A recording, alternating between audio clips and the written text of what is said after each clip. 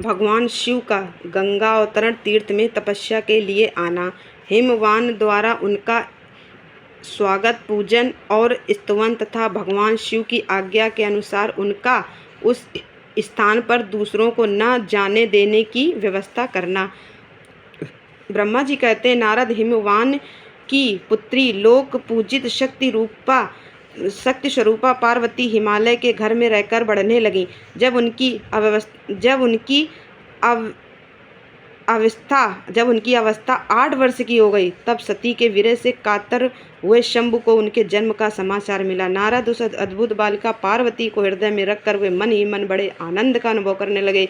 इसी बीच में लौकिक गति का आश्रय ले शंभु ने अपने मन को एकाग्र करने के लिए तप करने का विचार किया। नंदी आदि कुछ शांत पार्षदों को साथ ले वे हिमालय के उत्तम शिखर पर गंगा अवतार नामक तीर्थ में चले आए, जहाँ पूर्व काल में ब्रह्मा धाम से च्युत होकर समस्त पाप राशि का विनाश करने के लिए चली हुई परम पावनी गंगा पहल भूतल पर अवतीर्ण हुई थी। जितेंद्रिय हर ने वहीं रहकर तपस्या आरंभ की। वे आलस्य रहित हो चेतन ज्ञान स्वरूप नित्य ज्योतिर्मय निरामय जगन्मय चितानंद स्वरूप द्वैतहीन तथा आश्रय रहित अपने आत्मभूत परमात्मा का एकाग्र भाव से चिंतन करने लगे।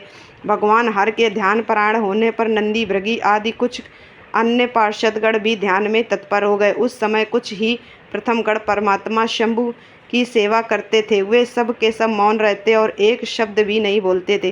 कुछ द्वारपाल हो इसी समय गिरिराज हिमवान उस औषधि बहुल शिखर पर भगवान शंकर का शुभागमन सुनकर उनके प्रति आदर की भावना से वहां आए। आकर सेवकों सहित गिरिराज ने भगवान रुद्र को प्रणाम किया, उनकी पूजा की और अत्यंत प्रसन्न हो हाथ जोड़ उनका सुंदर स्तवन किया। फिर हिमालय ने कहा, प्रभो, मेरे सौभाग्य का उदय हुआ है जो आप यहाँ पधारे हैं। आपने मुझे सनात कर दिया।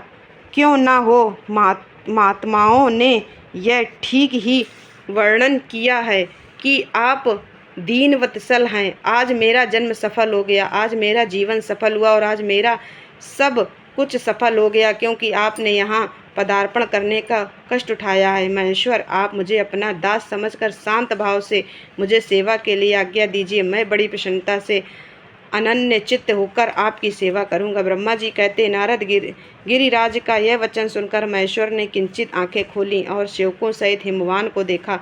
सेवकों सहित गिरिराज को उपस्थित देख ध्यान योग में स्थित हुए जगदीश्वर वृषभध्वज ने मुस्कुराते हुए से कहा। महेश्वर बोले, शैलराज, मैं तुम्हारे शिखर पर एकांत में तपस्या करने के लिए आया हूँ।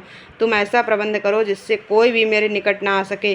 तुम महात्मा हो, तपस्या के धाम हो तथा मुनियों, देवताओं, राक्षसों और अन्य महात्माओं को भी सदा आश्रय देने वाले द्विज आदि का तुम्हारे ऊपर सदा ही निवास रहता है। तुम गंगा से अभिषक्ति होकर सदा के लिए पवित्र हो गए हो। दूसरों का उपकार करने वाले तथा संपूर्ण पर्वतों के सामर्थ्यशाली राजा हो।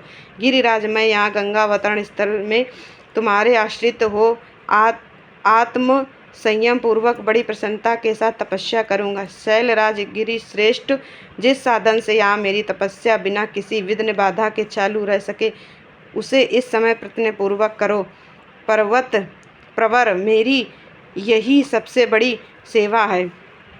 तुम अपने घर जाओ और मैंने जो कुछ कहा है उसका उत्तम प्रीति से यत्न पूर्वक प्रबंध करो। ब्रह्मा जी कहते, नारद, ऐसा कहकर सृष्टिकर्ता जगदीश्वर भगवान शंभु चुप हो गए। उस समय गिरिराज ने शंभु से प्रेम पूर्वक यह बात कही, जगन्नाथ परमेश्वर, आज मैंने अपने प्रदेश में स्थित हुआ आपका स्वागत पूर्वक पूजन किया है।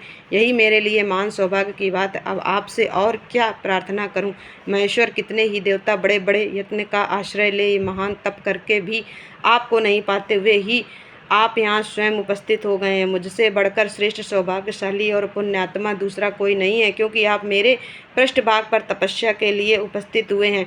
परमेश्वर, आज मैं अपने को देवराज इंद्र से भी अधिक भाग्यवान मानता हूँ, क्योंकि सेवकों सहित आपने यहाँ आकर मुझे अनुग्रह का भागी बना दिया। देवेश, आप स्वतंत्र हैं, यहाँ बिना किसी विघ्न बाधा के उत्तम तपस्या कीजिए। प्रभु, मैं आपका दास हूँ, अतः सदा आपकी आज्ञा के अनुसार सेवा करूँगा। ब्रह्मा जी कहते, नारद ऐसा कहकर गिरिराज हिमालय तुरंत अपने घर को लौट आए। उन्होंने अपनी प्रिया मेना को बड़े आदर से वह सारा वृतांत कह सुनाया। तत्पश्चात शैलराज ने साथ जाने वाले परिजनों तथा समस्त सेवक गणों को बुलाकर उन्हें ठीक ठीक समझाया। हिमालय बोले, आज से कोई गंगावतरण नामक स्थान में, जो मेरे पृष्ठभाग में ही है, मेरी आज्ञा मान कर न जाए, यह मैं सच्ची बात कहता हूँ। यदि कोई वहाँ जाएगा तो उस महादुष्ट को मैं विशेष दंड दूंगा। मुने, इस प्रकार अपने समस्त गणों को शीघ्र ही नियंत्रित करके हिमवान ने विघ्न निवारण के लिए जो सुंदर प्रयत्न किया, वह तुम्हें बताता हूँ, सुन।